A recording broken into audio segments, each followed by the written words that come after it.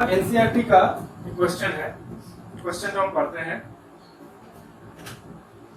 prove the result that the velocity v of translation of rolling body like a ring, disc, cylinder or sphere at the bottom of an inclined plane of a height h is given by v square equal to 2gh by 1 plus k square by r square using dynamical consideration, that is by consideration of forces and torque. Note क्या है कि k is the radius of gyration of the body about its symmetry as symmetrical axis and r is the radius of the body. The body starts from the rest at the top of the plane.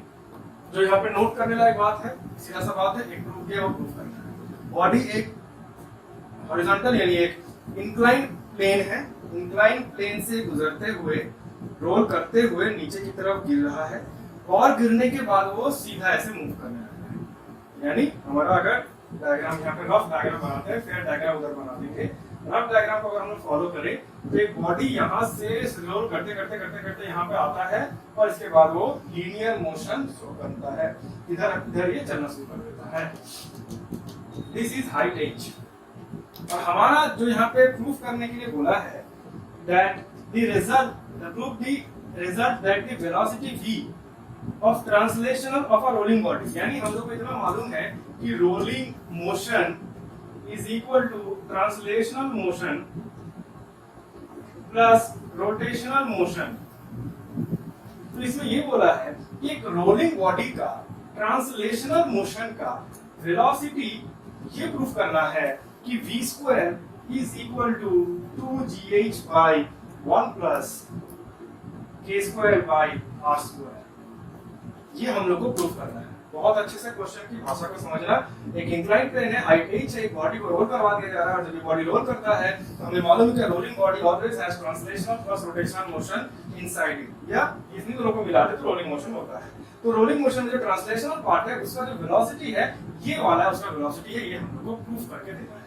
अब proof करते वक्त हम लोग जो second part है इस question का वो क्या लिखा है, इसको प्रूफ क्या करना है, using the dynamical considerations. That means जैसे कि torque, force, radius of direction, के, आर, ये सब का इस्तेमाल करके इसको प्रूफ करना है। तो चलो शुरू करते हैं। ये सब मिटाते हैं और एक बार डेटा सही से लिखते हैं और फिर शुरू कर देते हैं। तो required to proof,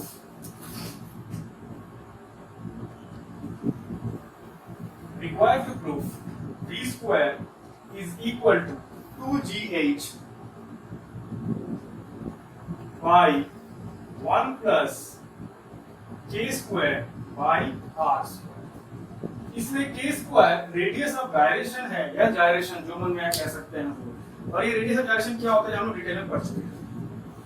r is the radius of the body. अब वो बॉडी रिंग हो सकता है, सिलेंडर हो सकता है, स्फीयर हो सकता है, कुछ भी हो सकता है। And h is the height of the inclined plane, कितना हाइट से छोड़ा गया है। यहाँ पे नोट करने की बात है कि क्वेश्चन में ये बोल दिया है कि body starting from the rest से उसको छोड़ा जाता है।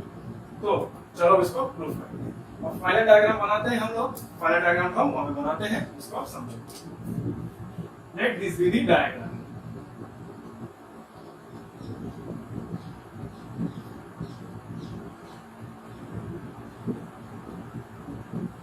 इसमें ये बॉडी है, रोल कर रहा है, and this incline plane is incline at angle theta. अब ये बॉडी है, रोल करते हुए नीचे की तरफ आ रहा है।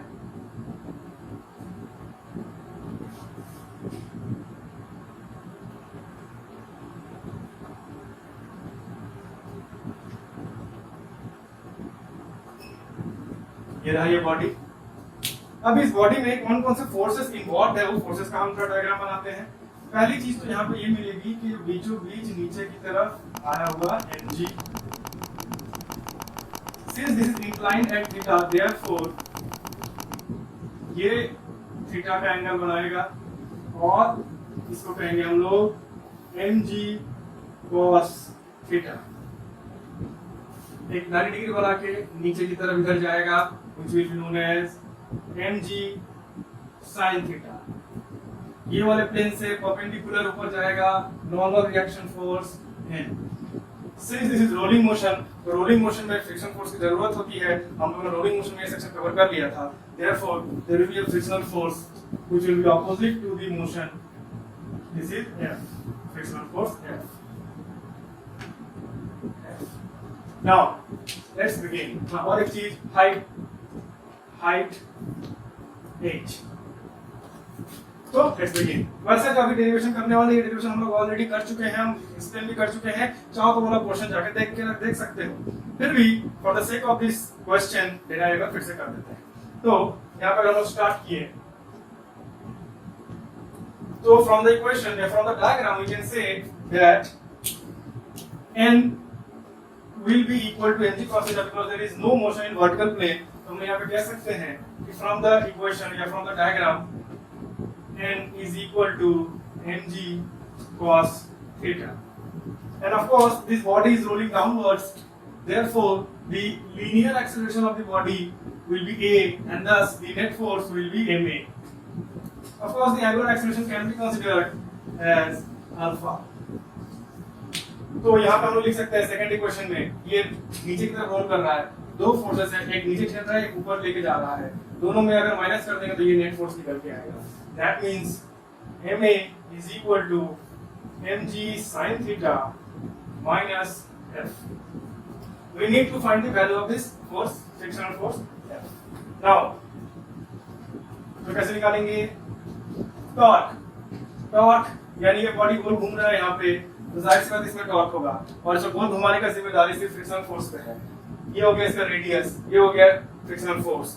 तो हम यहाँ पे लिख सकते हैं torque is equal to frictional force F into the lever R, that is the radius of this body. अब ये एक्सप्लेनेशन हम बहुत बार दे चुके हैं, पीछे जाके देख सकते हो। Now torque can also be written as I alpha. F is equal to mass into acceleration का ये एंगुलर वर्जन है, ये भी हम लोग बहुत बार एक्सप्लेन कर चुके हैं। नाउ दोनों का कंबाइन कर दे तो हम यहाँ पे लिख सकते हैं कि F into R is equal to I alpha. यहाँ से हम लिख सकते हैं कि F is equal to I into alpha by R, and we know that A is equal to alpha R, therefore from there we can write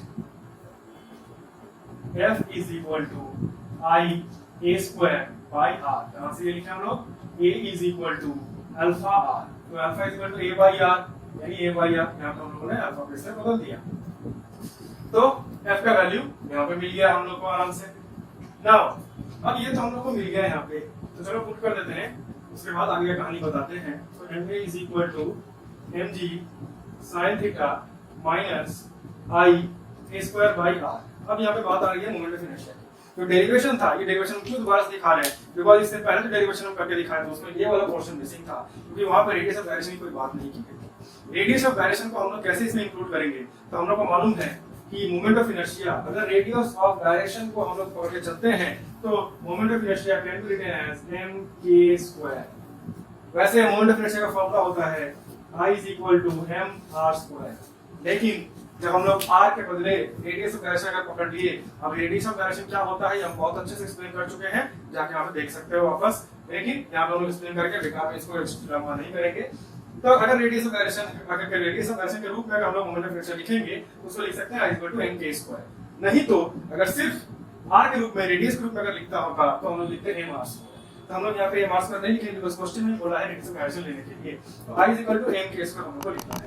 तो I का value mk² put कर देंगे, तो पुट करेंगे और पूरे ये माइनस ये पूरा चीज को इधर लेके आ जाएंगे, तो क्या हो जाएगा देखो, ये हो जाएगा ma plus mk² multiplied by a² by r, which is equal to mg sin theta। Now यहाँ पे गड़बड़ है, alpha is equal to a by r, और पहले से एक r है तो यहाँ पे एक स्क्वायर आ जाएगा, यहाँ भी एक स्क्वायर आ जाएगा, यहाँ भी एक स्क्वायर आ जाएगा। नाउ m कॉमन लेकर काट सकते हैं, यहाँ से a को कॉमन ले लिए तो ये क्या हो जाएगा 1 plus k² a² by r², a² नहीं होगा, सिर्फ ये होगा, फिर हम लोग लेंगे यहाँ पे a common, just a minute, a² नहीं होगा यहाँ पे, सॉरी गलत हो रहा है, बिकॉज़ यहाँ पे सिर्फ अल्फा है, तो alpha is equal to a by r होगा, तो ये हो जाएगा a बाई r, एक r पहले से है तो r स्क्वायर यहाँ पे हो जाएगा, a स्क्वायर नहीं होगा, therefore यहाँ पे a नहीं होगा, कॉमन ले लिए हम लोग a, which will be equal to g sin theta। ना ये पूरे पोर्शन को अगर नीचे भेज दे इस साइड पे क्या हो जाएगा, a is equal to g sin theta और divided by 1 plus k square by r square। ये हमारा एक्सप्रेशन है एक्सेलरेशन का, बट ये हम लोग को प्रूफ नहीं करना है, हम लोग को ये प्रूफ करना है, बट एक्सेलरेशन तो मिला। अब आते हैं लीनियर पोर्शन में। लीनियर पोर्शन में क्वेश्चन अगर पढ़ेंगे स्टार्टिंग में जो एक्सप्लेन किए थे, we need to find the linear portion में जो वेलोसिटी है उसको निकालना है। तो हमारे पास आ जाते हैं न्यूटन्स लॉज ऑफ मोशन में, और न्यूटन का एक इक्वेशन हम लोग पकड़ते हैं। अगर हम लोग the distance travelled by this body, कितना डिस्टेंस ट्रैवल किया गया है, ये पॉइंट से ये पॉइंट तक आया है, तो distance travelled by the body अगर s पकड़ते हैं, दैट मींस द हाइपोटेन्यूज का वैल्यू को s पकड़ लिया हम लोग, देन इन दैट केस क्या हम लोग कह सकते हैं, applying the formula and using the formula v square is equal to u square plus 2as। u हो जाएगा 0 बिकॉज़ क्वेश्चन में बोला गया है कि the body is starting from the rest, तो u हो जाएगा वहीं पे 0, तो हम लोग लिख सकते हैं v square is equal to 2 into a, और ये हम लोगों ने अभी भी यहाँ पे निकाला, और ये क्या हो जाएगा g sin थीटा और divided by 1 plus k square by r square into s। अब यहाँ पे भी देखो क्या करेंगे हम लोग, इन दिस ट्रायंगल, अगर ये ट्रायंगल की बात करें, सभी को ट्रिग्नोमेट्री आती है, बेसिक तो सभी को आता है, sin थीटा का वैल्यू क्या होता है, यानी अगर हम लोग इसका नामकरण कर देते हैं a b c, तो in triangle a b c sin theta is equal to perpendicular by hypotenuse, that means perpendicular हो गया हमारा हाइट h और हाइपोटेन्यूज दे दिया गया है s, तो sin theta is equal to h by s। अब यहाँ पर देखो, यहाँ पे पहले से sin थीटा है, अगर ये sin थीटा को हम लिख दिए h by s, तो वो s इसको काट देगा, तो फाइनली क्या बचेगा यहाँ पे s h। एक बार काम करके लिख देते हैं फिर से ताकि कंफ्यूजन ना हो, तो v square is equal to 2 into g by 1 plus k square by r square into s। दिया हुआ ही है, एक काम करते हैं, sin थीटा को हम लोग क्या लिख सकते हैं h by s, तो h by s into s, यहाँ से s कट जाएगा, सिर्फ h रह जाएगा। तो finally we obtained what we wanted, that means v square is equal to 2gh by 1 plus k square by r square। This is the required value which we wanted। तो question देखने में काफी भयानक है, अगर समझने जाओगे तो काफी भयानक लगेगा, एक झलक देखोगे तो वैसे भी भयानक लग रहा है, लेकिन अगर चैप्टर का कॉन्सेप्ट क्लियर है और अगर समझ में आती है सारी चीजें, तो एक बार में देखोगे it is a very very easy sum, और इसी लेवल के क्वेश्चंस आते हैं जेईई मेंस में, तो this is not a big deal. अगर तुम लोग को कॉन्सेप्ट पता है तो काफी आसानी से कर सकते हो, कोई बड़ा बात नहीं है। तो देख लो, कोई डाउट तो बताओ, मुझे बताओ।